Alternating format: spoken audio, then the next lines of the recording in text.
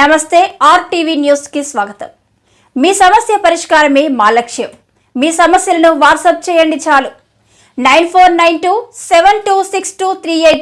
మా వార్తలు మీకు నచ్చినట్లయితే లైక్ చేయండి, షేర్ చేయండి, సబ్స్క్రైబ్ చేయడం మాత్రం మర్చిపోకండి। కళాశాలలోనూ పాఠశాలలోనూ ఉపాధ్యాయులు, అధ్యాపకులు లేకుండా చదువులు ఎలా సాగుతాయి? దీక్ష చేపట్టిన ఉపాధ్యాయుల సమస్యలను వెంటనే పరిష్కరించాలి। విద్యార్థులు ఎస్ఎఫ్ఐ జిల్లా కార్యదర్శి జీవన్ కృష్ణ అధ్యక్షులు కార్తీక్ శ్రీను డిమాండ్। అరకు వ్యాలీ గురుకుల కళాశాల, పాఠశాలలో ఉపాధ్యాయులు లేకుండా చదువులు ఎలా సాగుతాయని రోడ్డెక్కిన విద్యార్థులు ఉపాధ్యాయుల సమస్యలను పరిష్కరించి తమకు విద్య అందించేందుకు ఉపాధ్యాయులను వెంటనే పంపించాలని డిమాండ్ చేశారు। ఈ సందర్భంగా ఎస్ఎఫ్ఐ జిల్లా కార్యదర్శి జీవన కృష్ణ మాట్లాడుతూ అవుట్సోర్సింగ్ ఉపాధ్యాయులను వెంటనే కాంట్రాక్టు విధానంలో తీసుకుని రెగ్యులర్ చేసి శీతకాలంలో గిరిజన సంక్షేమ పాఠశాలలో, కళాశాలలో విద్యార్థులకు స్వెటర్స్ రాష్ట్ర ప్రభుత్వం పంపిణీ చేయాలని డిమాండ్ చేశారు। అరకు వెళ్లి మండలంలో ఉన్న విద్యార్థుల సమస్యల పట్ల రాష్ట్ర కేంద్ర ప్రభుత్వాలు ఏమీ పట్టనట్లు వ్యవహరిస్తుందని అన్నారు।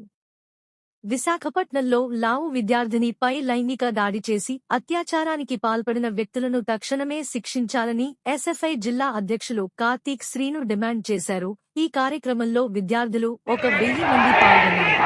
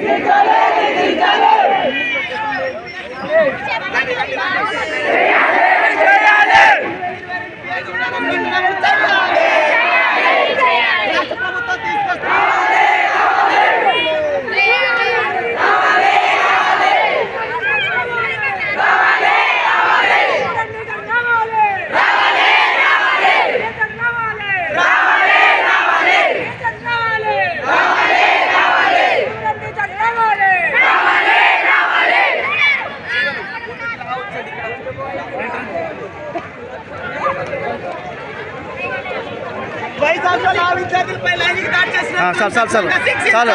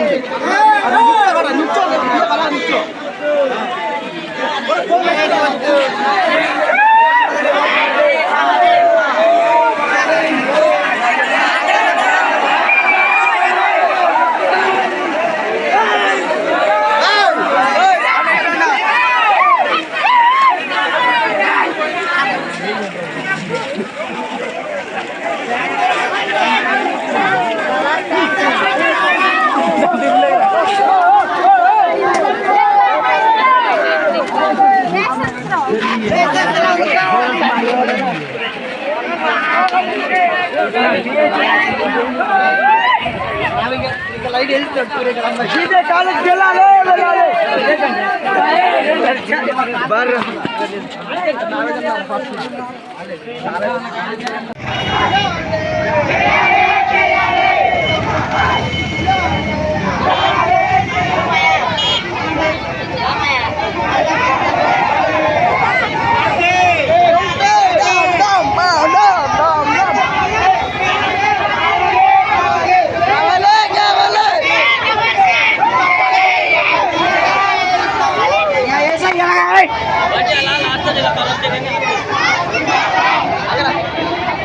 చాలా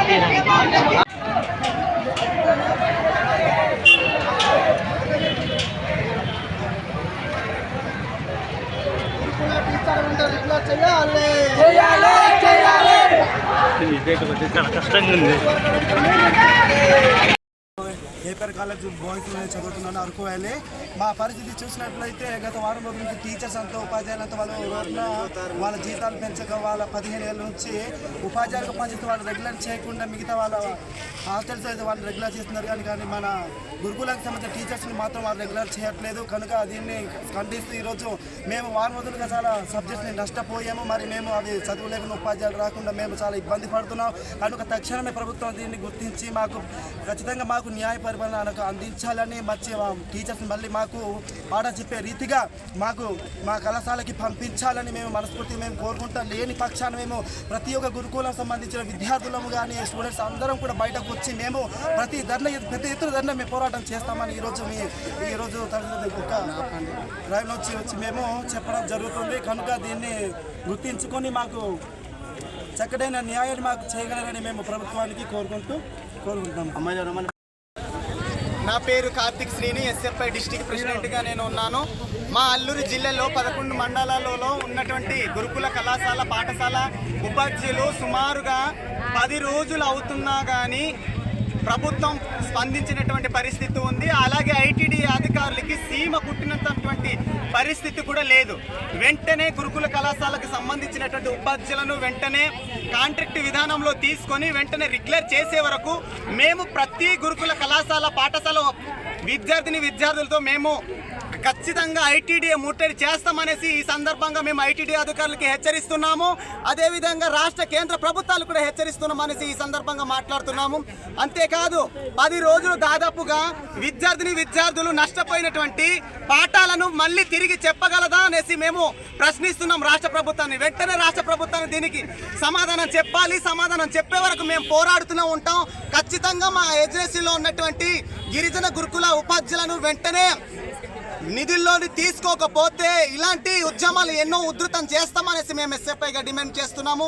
అంతేకాదు రాష్ట్ర ప్రభుత్వము ఖచ్చితంగా ఈ శీతాకాలము ఖచ్చితంగా స్వెటర్స్ ప్రతి ఒక్క హాస్టల్స్లో పంపిణీ చేయాలి, హీట్ వాటర్ అందించాలి. ప్రతి ఆశ్రమ పాఠశాలలో కానీ గురుకుల కళాశాలలో కానీ ఖచ్చితంగా మౌలిక సదుపాయాలను అందించాలనేసి మేము డిమాండ్ చేస్తున్నాము.